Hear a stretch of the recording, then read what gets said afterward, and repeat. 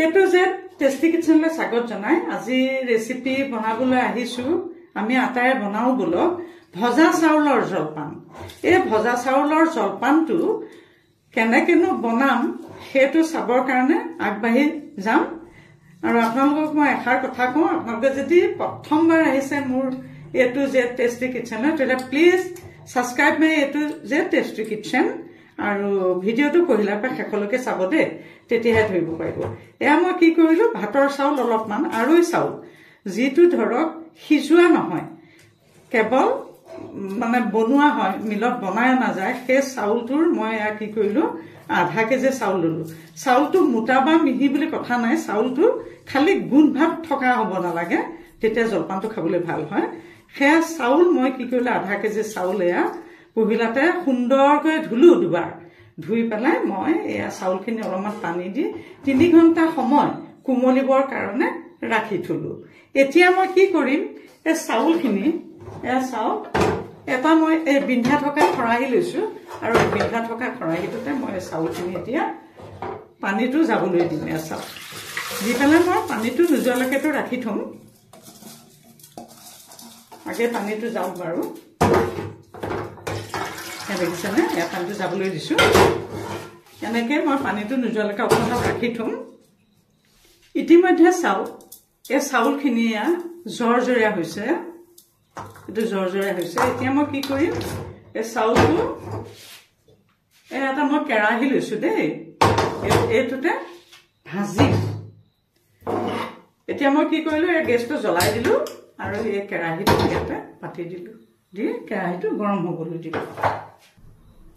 ইতিমধ্যে কেৰাহীটো গৰম হৈছে তাতে মই কি কৰিলো এই চাউলখিনি ইয়াতে ঢালি দিলো এই চাউলটো অতি দৰকাৰী অতি প্ৰয়োজনীয়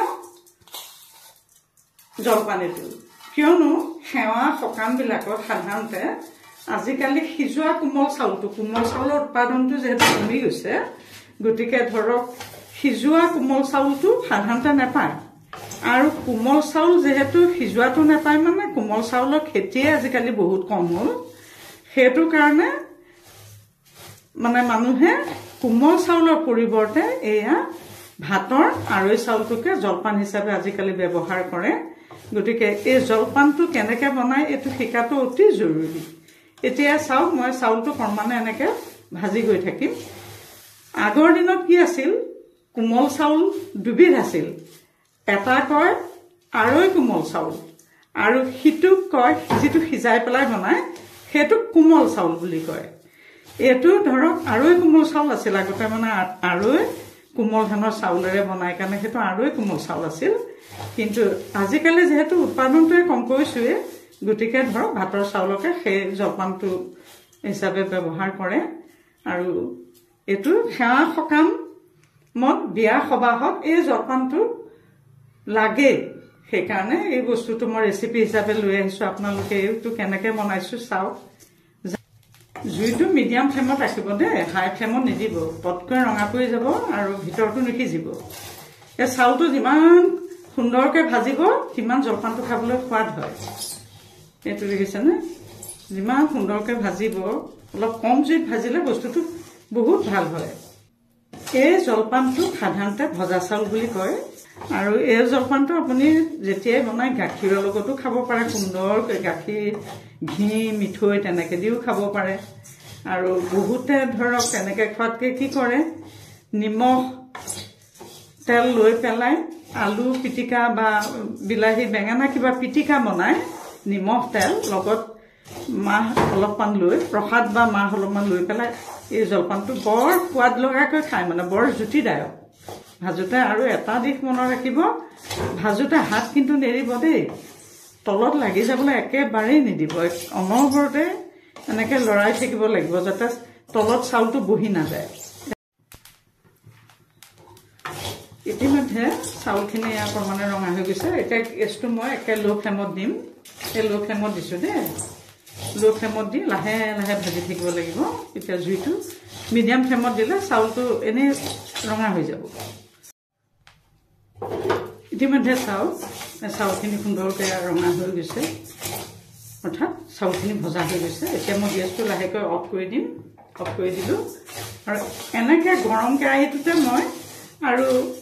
1 মিনিটমান সময় এনেকৈ লৰাই বগাই ৰাখি কেৰাহীটোতে চাউলখিনি মই ঠাণ্ডা হ'বলৈ দিম। এতিয়া মই এইখিনি কাটি ৰাখিম আৰু আপোনালোকে কি কৰিব, এইটো সম্পূৰ্ণ ঠাণ্ডা হোৱাৰ পিছত আপোনালোকে কণ্টেইনাৰত ভৰাই ৰাখিব পাৰিব আৰু বহুত দিনলৈ কেইবে মাহলৈকো এয়া সাঁচি ৰাখি খাই থাকিব পাৰে সৰহকৈ বনাই ল'লে নে। আৰু এইটো